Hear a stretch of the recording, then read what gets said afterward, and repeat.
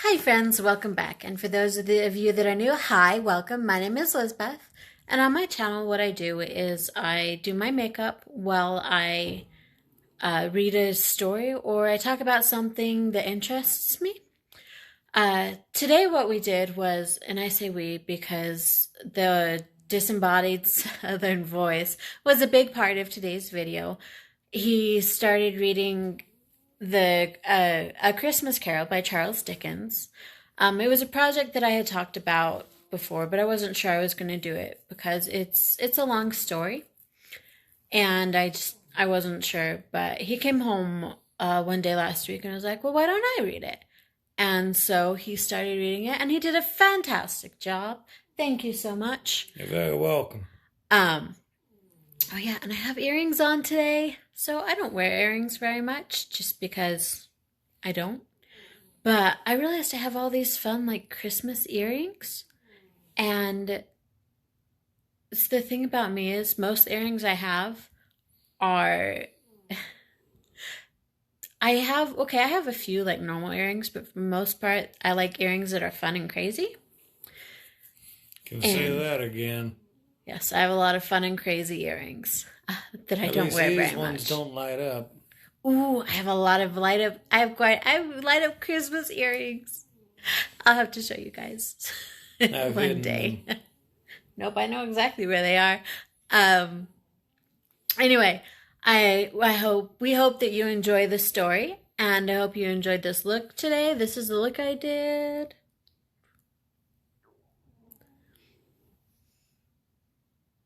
I had a lot of fun with it. The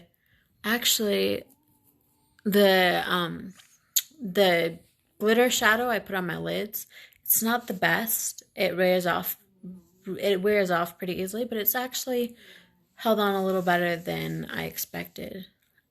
For the most part, it wears off pretty easily, but it does look a little better than I expected after wearing it all day. So that's good. Anyway, so please hit that like and subscribe button just down there. Ring that bell so you get notified of when I upload more content. And without further ado, enjoy the story. A Christmas Carol by Charles Dickens. Stave 1, Marley's Ghost. Marley was dead to begin with. There was no doubt whatever about that. The register of his burial was signed by the clergyman, the clerk, the undertaker, and the chief mourner. Scrooge signed it. And Scrooge's name was good upon change for anything he chose to put his hand to. Old Marley was as dead as a doornail. Mind? I don't mean to say that I know of my own knowledge what there is particularly dead about a doornail. I might have been inclined myself to regard a coffin nail as the deadest piece of ironmongery in the trade, but the wisdom of our ancestors is in the simile, and my unhallowed hands shall not disturb it, or the country is done for. You will, therefore, permit me to repeat emphatically that Marley was as dead as a doornail. Scrooge knew he was dead? Of course he did. How could it be otherwise? Scrooge and he were partners for I don't know how many years. Scrooge was his sole executor, his sole administrator, his sole assign, and his sole residuary legatee, his sole friend and sole mourner. And even Scrooge was not so dreadfully cut up by the sad event, but that he was an excellent man of business on the very day of the funeral, and solemnized it with an undoubted bargain. The mention of Marley's funeral brings me back to the point I started from. There is no doubt that Marley was dead. This must be distinctly understood, or nothing wonderful can come of the story I am going to relate. If he were not perfectly convinced that Hamlet's father died, If we were not perfectly convinced that Hamlet's father died before the play began, there would be nothing more remarkable in his taking a stroll at night, in an easterly wind upon his own ramparts, than there would be in any other middle-aged gentleman rashly turning out after dark in a breezy spot, say St. Paul's churchyard, for instance, literally to astonish his son's weak mind. Scrooge never painted out old Marley's name. There it stood years afterwards, above the warehouse door, Scrooge and Marley. The firm was known as Scrooge and Marley. Sometimes people new to the business called Scrooge, and sometimes Marley. But he answered to both names. It was all the same to him. But he was a tight-fisted hand at the grindstone, Scrooge, a squeezing, wrenching, grasping, scraping, clutching, covetous old sinner, hard and sharp as flint, from which no steel had ever struck out generous fire, secret and self-contained and solitary as an oyster. The cold within him froze his old features, nipped his pointed nose, shriveled his cheek, stiffened his gait, made his eyes red, his thin lips blue, and spoke out shrewdly in his grating voice. A frosty rime was on his head and on his eyebrows and his wiry chin. He carried his own low temperature always about with him. He iced his office in the dog days and didn't thaw it 1 degree at Christmas. External heat and cold had little influence on Scrooge. No warmth could warm, no wintry weather chill him. No wind that blew was bitterer than he, no falling snow was more intent upon its purpose, no pelting rain less open to entreaty. Foul weather didn't know where to have him. The heaviest rain and snow and hail and sleet could boast of the advantage over him in only one respect. They often came down handsomely, and Scrooge never did. Nobody ever stopped him in the street to say, with gladsome looks, "My dear Scrooge, how are you? When will you come to see me?" No beggars implored him to bestow a trifle. No children asked him what it was o'clock. No man or woman ever once in all of his life inquired the way to such and such place of Scrooge. Even the blind men's dogs appeared to know him, and when they saw him coming on, would tug their owners into doorways and up courts, and then would wag their tails as though they said, "No eye at all is better than an evil eye, dark master." But did Scrooge care? It was the very thing he liked, to edge his way along the crowded paths of life, warning all human sympathy to keep its distance, was what the knowing ones call nuts to Scrooge. Once upon a time, of all the good days in the year, on Christmas Eve, old Scrooge sat busy in his counting-house. It was cold, bleak, biting weather, foggy withal, and he could hear the people in the court outside go wheezing up and down, beating their hands upon their breasts, and stamping their feet upon the pavement stones to warm them. The city clocks had only just gone 3, but it was quite dark already, and it had not been light all day, and candles were flaring in the windows of the neighboring offices, like ruddy smears upon the palpable brown air. The fog came pouring in at every chink and keyhole, and was so dense without that, although the court was of the narrowest, the houses opposite were mere phantoms. To see the dingy cloud come drooping down, obscuring everything, one might have thought that nature lived hard by, and was brewing on a large scale. The door of Scrooge's counting-house was open, that he might keep his eye upon his clerk, who in a dismal little cell beyond, a sort of tank, was copying letters. Scrooge had a very small fire, but the clerk's fire was so very much smaller that it looked like one coal. But he couldn't replenish it, for Scrooge kept the coal box in his own room, and so surely as the clerk came in with the shovel, the master predicted that it would be necessary for them to part. Wherefore the clerk put on his white comforter, and tried to warm himself at the candle, in which effort, not being a man of strong imagination, he failed. "A Merry Christmas, Uncle! God save you!" cried a cheerful voice. It was the voice of Scrooge's nephew, who had came upon him so quickly that this was the first intimation he had of his approach. "Bah!" said Scrooge. "Humbug!" He had so heated himself with the rapid walking in the fog and frost, this nephew of Scrooge's, that he was all in a glow. His face was ruddy and handsome, his eyes sparkled, and his breath smoked again. "Christmas a humbug, uncle," said Scrooge's nephew. "You don't mean that, I'm sure." "I do," said Scrooge. "Merry Christmas! What right have you to be merry? What reason have you to be merry? You're poor enough."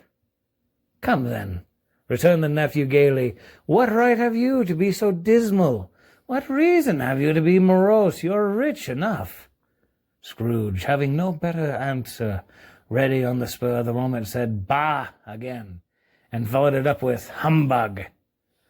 "Don't be so cross, uncle," said the nephew. "What else can I be?" returned the uncle, "when I live in such a world of fools as this? Merry Christmas! Out upon Merry Christmas! What's Christmas time to you but a time for paying bills without money, a time for finding yourself a year older and not an hour richer, a time for balancing your books and having every item in 'em through a round dozen of months presented dead against you?" "If I could work my will," said Scrooge indignantly, "every idiot who goes on about with Merry Christmas upon his lips should be boiled with his own pudding and buried with a stake of holly through his heart. He should." "Uncle!" pleaded the nephew. "Nephew!" returned the uncle sternly. "Keep Christmas in your own way, and let me keep it in mine." "Keep it?" repeated Scrooge's nephew. "But you don't keep it." Let me leave it alone, then," said Scrooge. "Much good may it do to you. Much good has it ever done you." "There are many things from which I might have derived good, by which I have not profited, I dare say," returned the nephew. "Christmas among the rest. But I am sure I have always thought of Christmas time when it has come round, apart from the veneration due to its sacred name and origin, if anything belonging to it can be apart from that, as a good time, a kind, forgiving, charitable, pleasant time, the only time I know of in the long calendar of the year when men and women seem by one consent to open their shut-up hearts freely, and to think of people below them as if they really were fellow passengers to the grave, and not another race of creatures bound on their other journeys. And therefore, uncle, though it has never put a scrap of gold or silver in my pocket, I believe that it has done me good, and will do me good, and I say God bless it."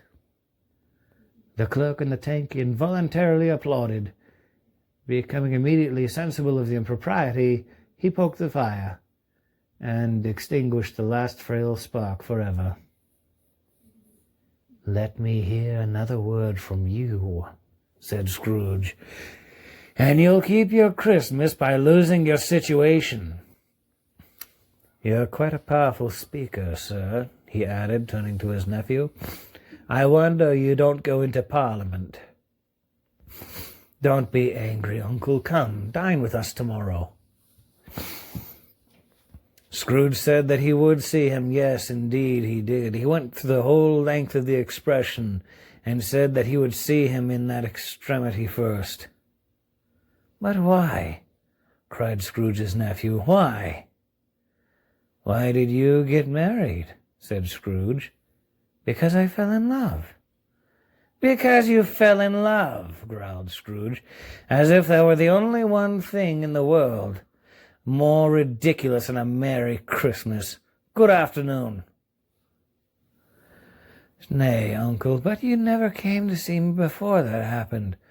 Why give it as a reason for not coming now?" "Good afternoon," said Scrooge. "I want nothing from you. I ask nothing from you. Why cannot we be friends?" "Good afternoon," said Scrooge. "I am sorry, with all my heart, to find you so resolute. We have never had any quarrel to which I have been a party, But I have made the trial in homage to Christmas, and I'll keep my Christmas humor to the last. So, a Merry Christmas, Uncle. Good afternoon, said Scrooge. And a Happy New Year. Good afternoon, said Scrooge. His nephew left the room without an angry word, notwithstanding. He stopped at the outer door to bestow the greetings of the season on the clerk, who, cold as he was warmer than Scrooge, for he returned them cordially. There's another fellow, muttered Scrooge, who overheard him. My clerk, with 15 shillings a week and a wife and family, talking about a Merry Christmas. I'll retire to Bedlam. This lunatic, in letting Scrooge's nephew out, had let 2 other people in. They were portly gentlemen, pleasant to behold, and now stood with their hats off in Scrooge's office. They had books and papers in their hands and bowed to him. Scrooge and Marley's, I believe, said one of the gentlemen, referring to his list. Have I the pleasure of addressing Mr. Scrooge or Mr. Marley? Mr. Marley has been dead these 7 years, Scrooge replied. He died 7 years ago this very night. We have no doubt his liberality is well represented by a surviving partner, said the gentleman, presenting his credentials. It certainly was, for they had been 2 kindred spirits. At the ominous word liberality, Scrooge frowned and shook his head, and handed the credentials back. At this festive season of the year, Mr. Scrooge, said the gentleman, taking up the pen, it is more than usually desirable that we should make some slight provision for the poor and destitute, who suffer greatly at the present time. Many thousands are in want of common necessaries. Hundreds of thousands are in want of common comfort, sir. Are there no prisons? Asked Scrooge. Plenty of prisons, said the gentleman, laying down the pen again. And the union workhouses, demanded Scrooge, are they still in operation? They are, still, returned the gentleman. I wish I could say they were not. The treadmill and the poor law are in full vigor, then? Said Scrooge. Both very busy, sir. Oh, I was afraid from what you said at first that something had occurred to stop them in their useful course, said Scrooge. I am very glad to hear it. Under the impression that they scarcely furnish Christian cheer of mind or body to the multitude, returned the gentleman. A few of us are endeavoring to raise a fund to buy the poor some meat and drink and means of warmth. We choose this time because it is a time of all others when want is keenly felt and abundance rejoices. What shall I put you down for? Nothing, Scrooge replied. You wish to be anonymous? I wish to be left alone, said Scrooge. Since you ask me what I wish, gentlemen, that is my answer. I don't make merry myself at Christmas, and I can't afford to make idle people merry. I help to support the establishments I have mentioned. They cost enough, and those who are badly off must go there. Many can't go there, and many would rather die. If they would rather die, said Scrooge, they had better do it, and decrease the surplus population. Besides, excuse me, I don't know that. But you might know that, observed the gentleman. It's not my business, Scrooge returned. It's enough for a man to understand his own business and not to interfere with other people's. Mine occupies me constantly. Good afternoon, gentlemen. Seeing clearly that it would be useless to pursue their point, the gentleman withdrew. Scrooge resumed his labors with an improved opinion of himself, and in a more facetious temper than was usual with him. Meanwhile, the fog and darkness thickened so that people ran about with flaring links, proffering their services to go before horses and carriages and conduct them on their way. The ancient tower of a church, whose gruff old bell was always peeping slyly down at Scrooge out of a Gothic window in the wall, became invisible, and struck the hours and quarters in the clouds, with tremulous vibrations afterwards, as if its teeth were chattering in its frozen head up there. The cold became intense. In the main street, at the corner of the court, some labourers were repairing the gas pipes, and had lighted a great fire in a brazier, round which was a party of ragged men and boys were gathered, warming their hands and winking their eyes before the blaze in rapture. The water plug being left in solitude, its overflowings suddenly congealed, and turned to misanthropic ice. The brightness of the shops where holly springs and berries crackled in the lamp heat of the windows made pale faces ruddy as they passed. Poulterers' and grocers' trades became a splendid joke, a glorious pageant with which it was next to impossible to believe that such dull principles as bargain and sale had anything to do. The Lord Mayor, in the stronghold of the mighty mansion house, gave orders to his 50 cooks and butlers to keep Christmas as a Lord Mayor's household should, and even the little tailor, whom he had fined 5 shillings on the previous Monday for being drunk and bloodthirsty in the streets, stirred up tomorrow's pudding in his garret, while his lean wife and baby sallied out to buy the beef. Foggier yet, and colder, piercing, searching, biting cold, if the good St. Dunstan had but nipped the evil spirit's noose with a touch of such winter as that, instead of using his familiar weapons, then indeed he would have roared to lusty purpose. The owner of one scant young nose, gnawed and mumbled by the hungry cold as bones are gnawed by dogs, stooped down at Scrooge's keyhole to regale him with a Christmas carol. But the first sound of "God bless you, merry gentlemen, may nothing you dismay," Scrooge seized the ruler with such energy of action that the singer fled in terror, leaving the keyhole to the fog and even more congenial frost. At length the hour of shutting up the counting-house arrived. With an ill will, Scrooge dismounted from his stool and tacitly admitted the fact to the expectant clerk in the tank, who instantly snuffed his candle out and put on his hat. "You'll want all day tomorrow, I suppose," said Scrooge. "If quite convenient, sir." "It's not convenient," said Scrooge, "and it's not fair. If I was to stop 1/2 for it, you'd think yourself ill-used, I'll be bound." The clerk smiled faintly. "And yet," said Scrooge, "you don't think me ill-used when I pay a day's wages for no work." The clerk observed that it was only once a year. "A poor excuse for picking a man's pocket every 25th of December," said Scrooge, buttoning his greatcoat to the chin. "But I suppose you must have the whole day. Be here all the earlier next morning." The clerk promised that he would, and Scrooge walked out with a growl. The office was closed in a twinkling, and the clerk, with the long ends of his white comforter dangling below his waist, for he boasted no greatcoat, went down a slide on Cornhill at the end of a lane of boys 20 times in honor of its being Christmas Eve, and then ran home to Camden Town as hard as he could pelt to play at Blind Man's Bluff. Scrooge took his melancholy dinner in his usual melancholy tavern, and having read all the newspapers and beguiled the rest of the evening with his banker's book, went home to bed. He lived in chambers which had once belonged to his deceased partner.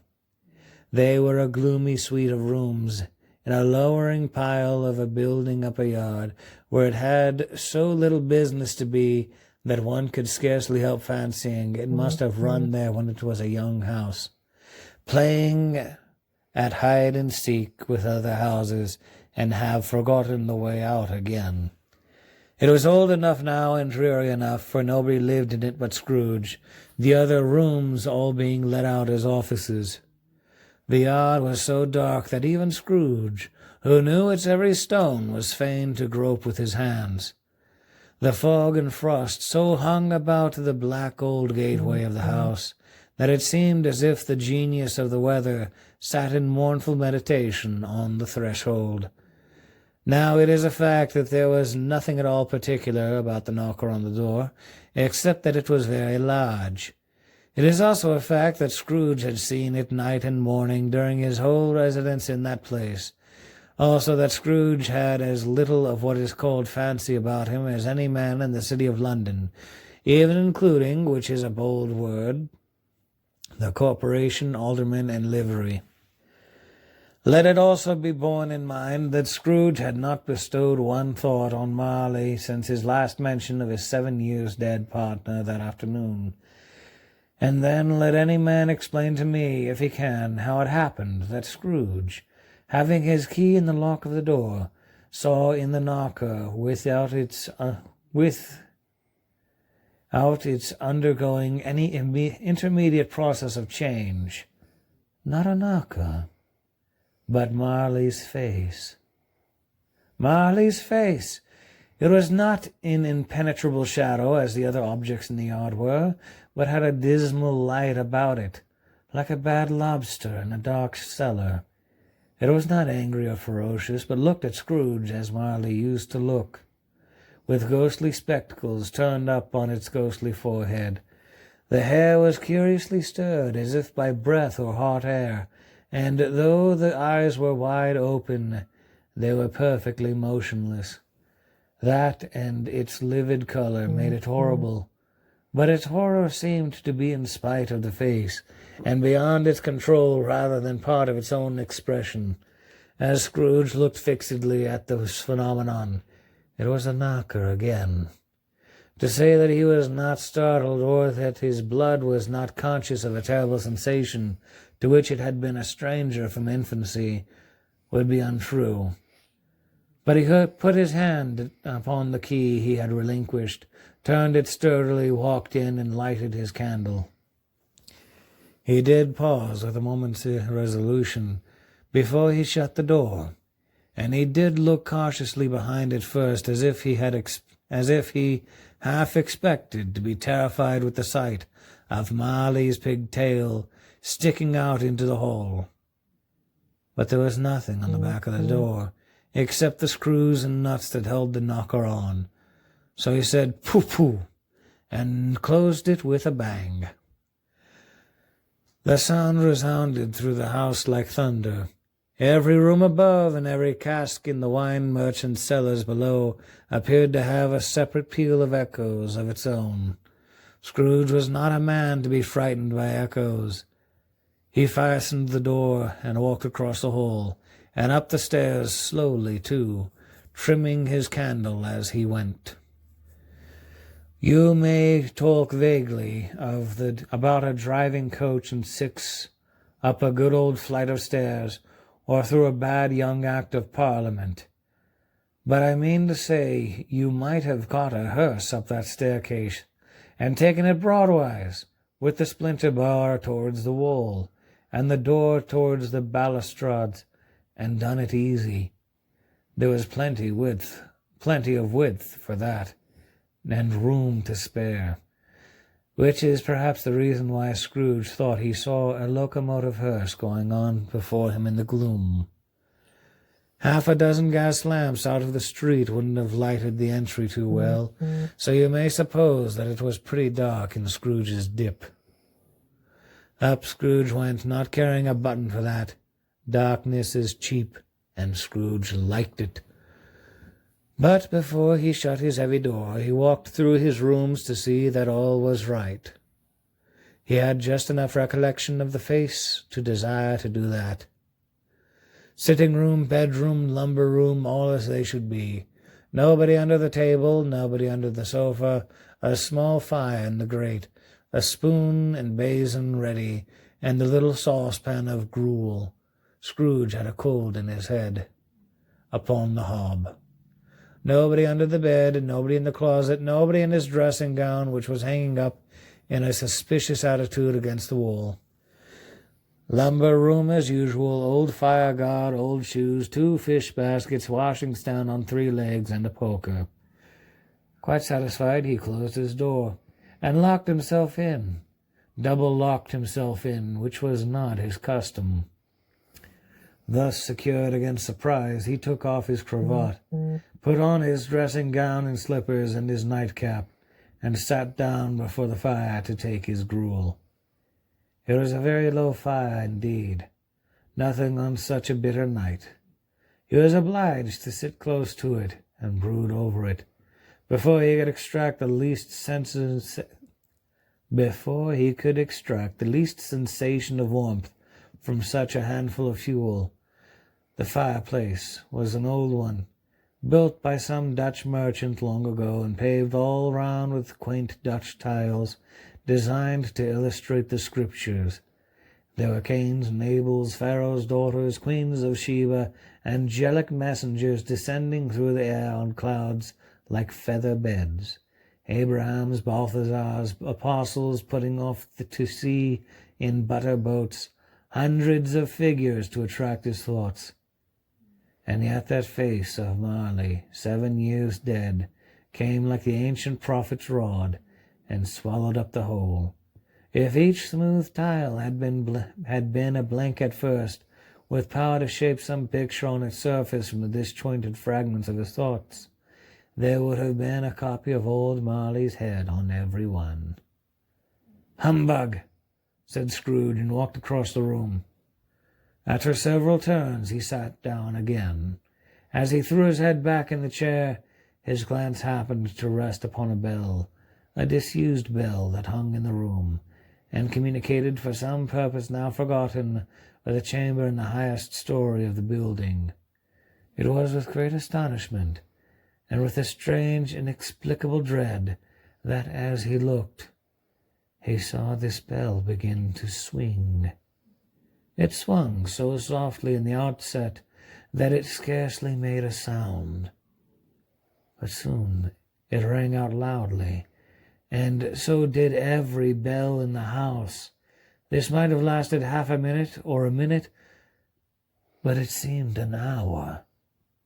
The bells ceased as they had begun together. They were succeeded by a clanking noise deep down below, as if some person were dragging a heavy chain over the casks in the wine merchant's cellar. Scrooge then remembered to have heard that ghosts in haunted houses were described as dragging chains. The cellar door flew open with a booming sound, and then he heard the noise much louder on the floors below, then coming up the stairs, then coming straight towards his door. "It's humbug still," said Scrooge. "I won't believe it." His color changed, though, when, without a pause, it came on through the heavy door and passed into the room before his eyes. Upon its coming in, the dying flame leaped up as though it cried, "I know him, Marley's ghost," and fell again.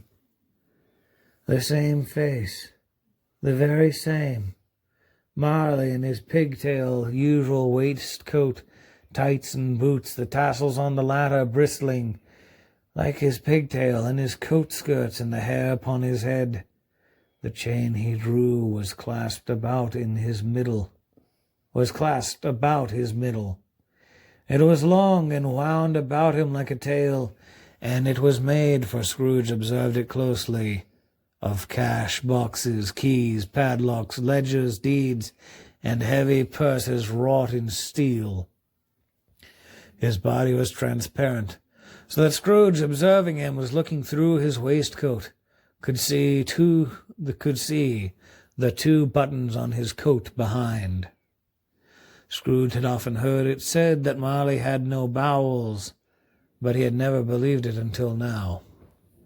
Nor did he believe it even now, though he looked the phantom through and through and saw it standing before him, though he felt the chilling influence of its death-cold eyes, and marked the very texture of the folded kerchief about its head and chin, which wrapper he had not observed before.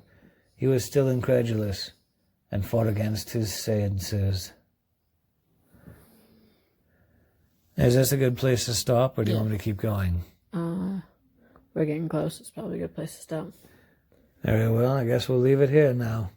What a cliffhanger. I know.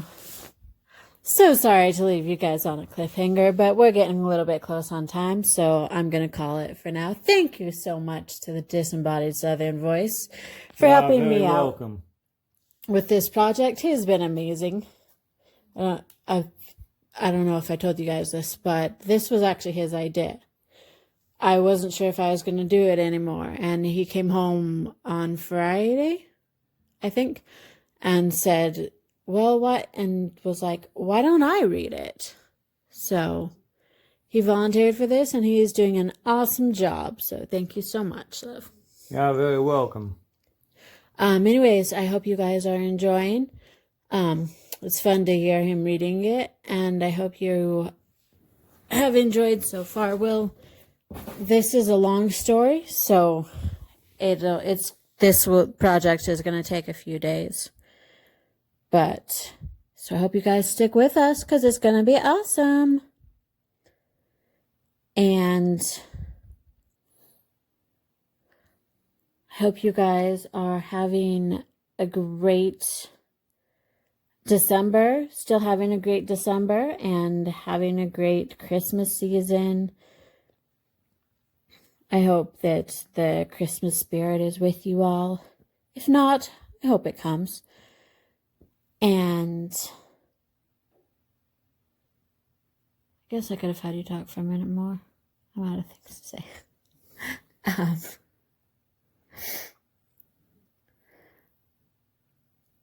Anyway, I hope you enjoyed the look today. The eyes aren't my favorite. The liquid eyeshadow I use is not the best. It rubs off pretty easily. But other than that, I actually quite like the look. I think it turned out pretty well.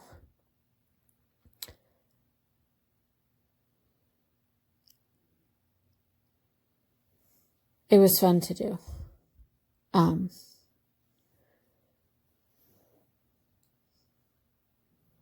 It's almost done. Sorry. You sound an awful lot like you're stalling. I am stalling, yes.